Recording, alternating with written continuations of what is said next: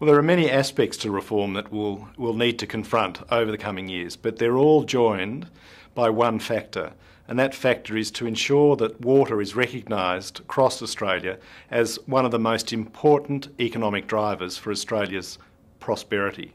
The big issues going into the future will be around ensuring that there is enough water for everyone, and that can only be done through the triple bottom line approach that the NWI has brought to water reform. Namely, it is in a balance between social, economic and the environment, and that is really important that triple bottom line be the benchmark for all water reforms into the future. Think about the natural infrastructure that underpins our economy and our very way of life in this country. We're in the driest continent in the world, so the way we manage water is absolutely critical to our future well-being. So the National Water Initiative's been absolutely critical in placing water at the centre of decision-making across all levels of government.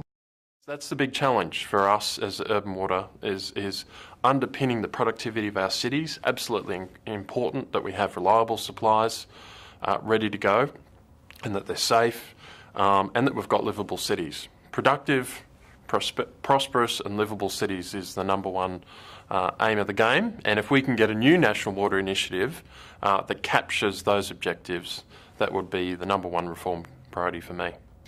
It allowed us to convey a clear message to those other industry stakeholders that we want good, strong rural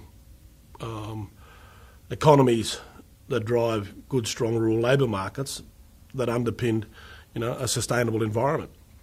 So, it was a good forum for discussion. But the NWI, I think that if that wasn't brought about in 2004, we'd be still operating in a vacuum as Aboriginal people. It looked at or set in train some of those broader questions about sharing between environmental uses and uses for productive use and underpinning communities.